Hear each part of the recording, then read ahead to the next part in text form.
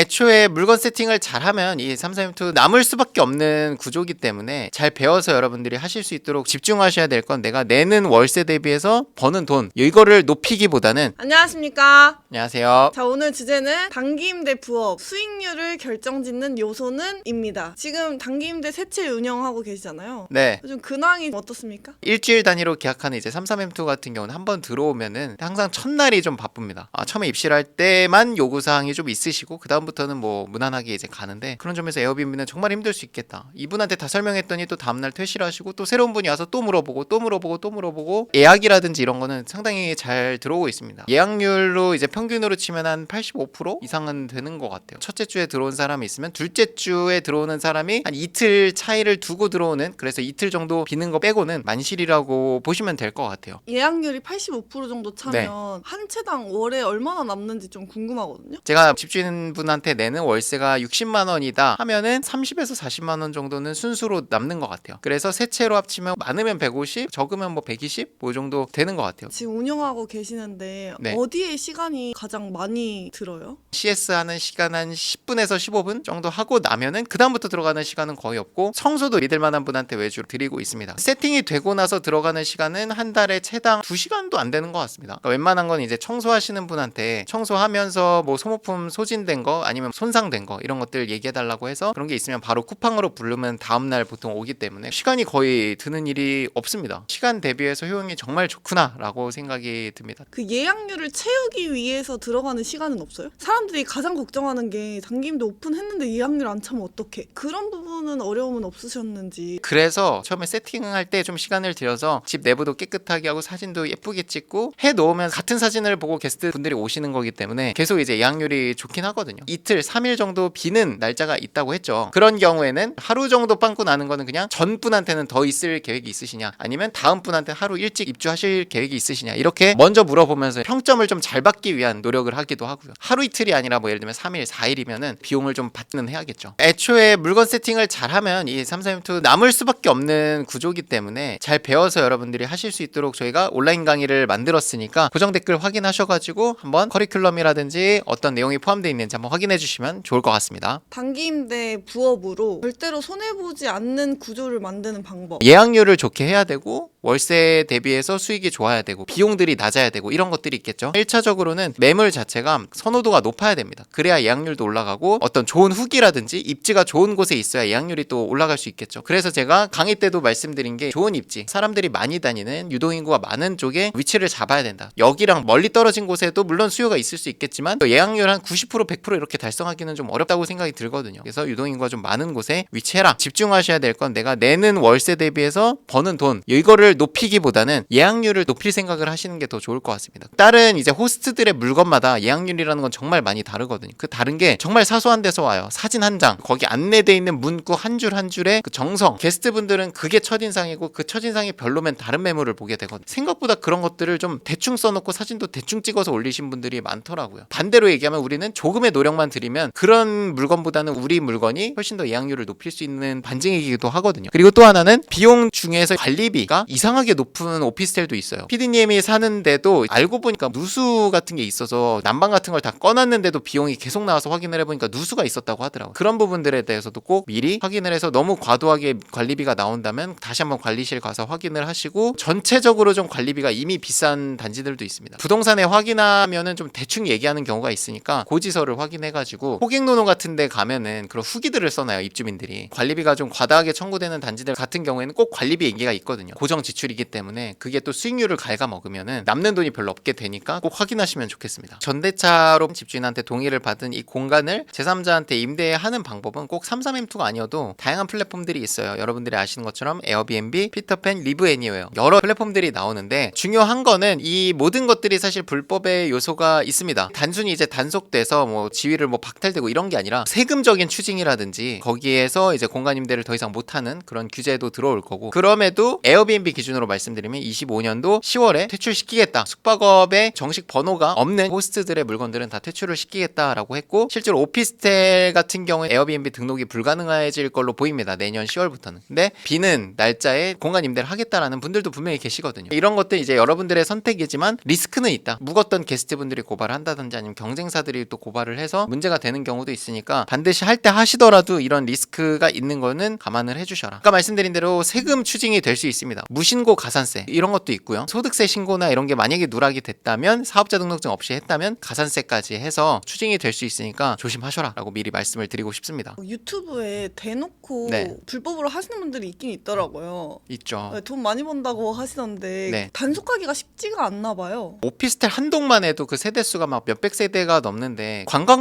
경찰이라고 하거든요. 그분들의 인원수가 엄청 많지 않은데 그분들이 다 그거를 단속하기는 현실적으로 쉽지는 않고 단속이 되더라도 순찰을 돌다가 적발이 된 것보다는 누군가 고발을 해서 단속되는 경우가 좀 있긴 합니다. 플랫폼에 올린다는 것 자체가 경쟁자들도 이제 보고 있는 곳에 올리는 거기 때문에 위험성이라든지 이런 거는 좀 충분히 생각을 하셔야 됩니다. 단속이 되기가 쉽다, 어렵다 이런 것보다는 누군가 신고를 하면 적발이 쉽게 될 수도 있는 거라서 최소한 이제 사업자 등록증 전대업을 등록을 해놓고 하셔야 적어도 세금 추징이 돼서 금전적으로 우리가 손해를 보는 일은 없으니까 제가 권장드리는 건 좋은 매물을 예쁘게 꾸며서 잘 올려놔서 33M2만으로도 충분히 공간임대 예약률이 뭐 80% 이상 나오게 하면은 위험을 무릅쓸 필요는 없거든요. 위험을 무릅쓰는 분들이 예약률이 안 좋기 때문이에요. 33M2에서 예약률이 뭐 50% 이하다. 월세가 60인데 들어오는 게 50밖에 안 돼. 뭐 이런 느낌. 그러면 이제 그런 위험을 무릅쓰더라도 그런 방법들을 강구를 하시는 거. 잘 해놓으면 위험을 무릅쓸 필요도 없다라는 거를 말씀드리고 싶었습니다. 저희가 이제 단기 임대 온라인 강의를 오픈을 했고요. 여기에 포함된 내용들을 좀 설명을 드리자면 33M2의